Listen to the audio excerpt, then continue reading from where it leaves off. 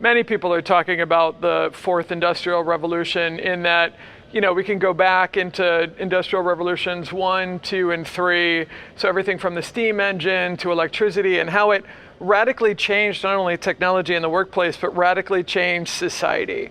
And at this point in the fourth industrial revolution, we're in as big of a shift today as we went from the agricultural age, and humankind primarily was in farming and in agriculture, and moved into urban areas and started moving into the cities and started performing factory work.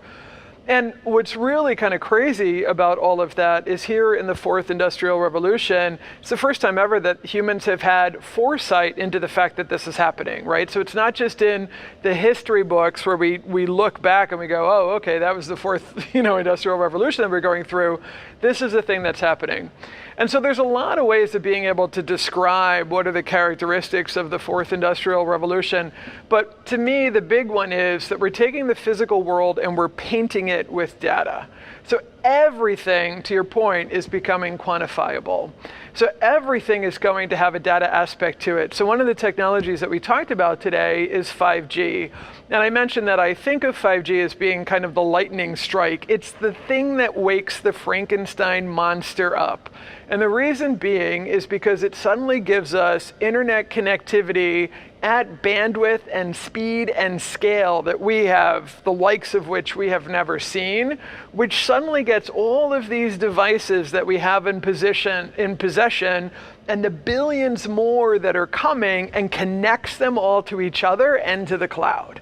And when we start to being able to do that, that means that we're sharing data sets across these different devices, and we're able to analyze at speed by being able to leverage access to it through things like 5G and by using the computing power that is artificial intelligence. And this is where we get into artificial intelligence at different levels, like machine learning, and get into deep learning, and really being able to just have unbelievable data-driven experiences in our material world.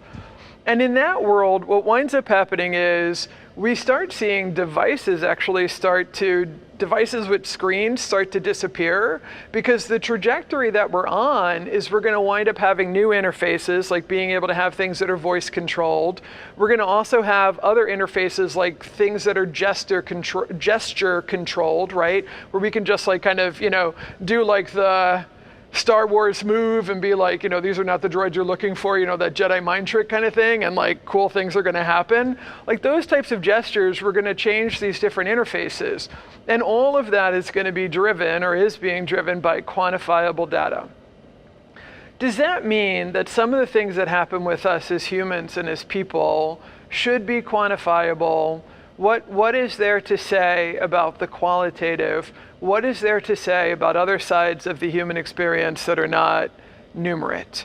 And those are definitely factors too. What's happening with us emotionally? What's happening with us empathetically? What's happening with us in our biology? What's happening with us socially? There's going to be some of that stuff is going to be quantifiable as well, and some things that are going to certainly not be data enabled, but are certainly going to be left to discover and even unknown to some degree. That sort of, je ne sais quoi, that sort of essence, that sort of thing. But everything else at this particular point is going to be part of that data set that actually changes our material world and our experiences in a very material way. Is there a way of being able to opt out of that? Is there a way of being able to escape that? I don't think so. I think this is the trajectory of where we're going as a species and how it is that we are reshaping literally our planet and our experiences as humankind.